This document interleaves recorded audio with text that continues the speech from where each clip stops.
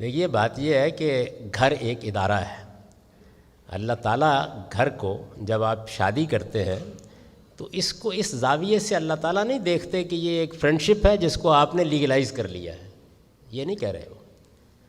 یہ بہت اچھی طرح سمجھ لیجیے، اور یہی غلط فہمی کا باعث بن رہا ہے.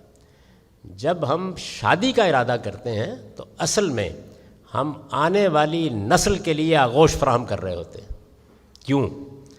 اس لیے کہ انسان کا بچہ ناتواں پیدا ہوتا ہے، اٹھ نہیں سکتا، کھا نہیں سکتا، پی نہیں سکتا، کئی برس میں جا کے اپنے پاؤں پر کھڑا ہونے کے قابل ہوتا ہے، پھر تعلیم تربیت کا محتاج ہوتا ہے، کہیں 10-15 سال 20 سال کی عمر میں جا کر شباب کو پہنچتا ہے، ارسطو افلاطون بنتا ہے.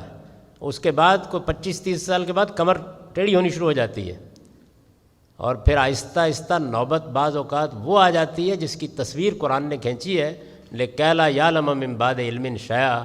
سب کچھ جان کے پھر نادان بچہ بن جاتا ہے. یہ پورا انسان ہے. اس پورے انسان کو پیدا کرنے، پرورش دینے کے لیے اللہ تعالیٰ نے شادی کا ادارہ قائم کیا ہے.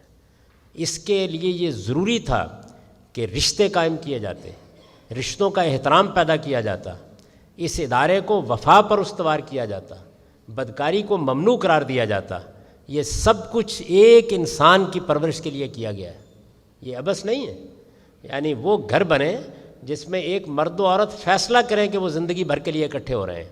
وہ فیصلہ کریں کہ وہ اپنی ساری محبتیں، سارے تعلقات، سارے جنسی دائیات کو اس دائرے میں محدود کریں گے. وہ فیصلہ کریں کہ جب بچہ پیدا ہو جائے گا تو وہ ماں اور باپ کا فریضہ انجام دیں گے.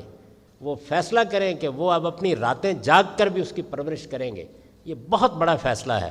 یہ جو ادارہ وجود میں آتا ہے، انسٹیٹیوشن بنتا ہے، اس میں اللہ تعالیٰ نے یہ فیصلہ کیا ہے کہ اس کی سربراہی کی ذمہ داری مرد پر ڈالی جائے. اور جیسے ہی ذمہ داری ڈالی ہے، ایک دوسرا فیصلہ بھی کر دیا ہے کہ اب کما کے تم لاؤ گے، اخراجات تم پورے کرو گے، تمام ذمہ داری تم اٹھاؤ گے. یہ انسٹیٹیوشن کو سمجھ کر شادی کرنی چاہیے. یہ در حقیقت اس ادارے کا نام ہے.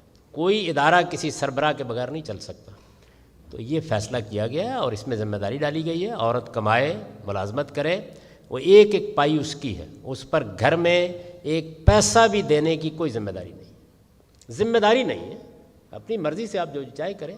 ذمہ داری مرد پر ڈال کے اس کو گھر کا سربراہ بنایا گیا ہے. اور عورتوں سے یہ تقاضا کیا گیا ہے کہ اس ادارے کو خراب نہ کرو، اس میں سرکشی اختیار نہ کرو، اس میں موافقت پیدا کرو. اور مرد سے تقاضا کیا گیا ہے کہ وہ شورا کے طریقے پر ایک دوسرے کے ساتھ مشورہ کر کے، رائے کے ساتھ ایک دوسرے کی رسپیکٹ کرتے ہوئے اس ادارے کو قائم رکھے. میں نے آپ سے عرض کر دیا کہ ادارے کو ادارے کے طور پر چلانا یہ ضروری تھا، ورنہ انسان کا بچہ بالکل بے یار و مددگار ہو کے رہ جاتا. تو یہ وجہ ہے.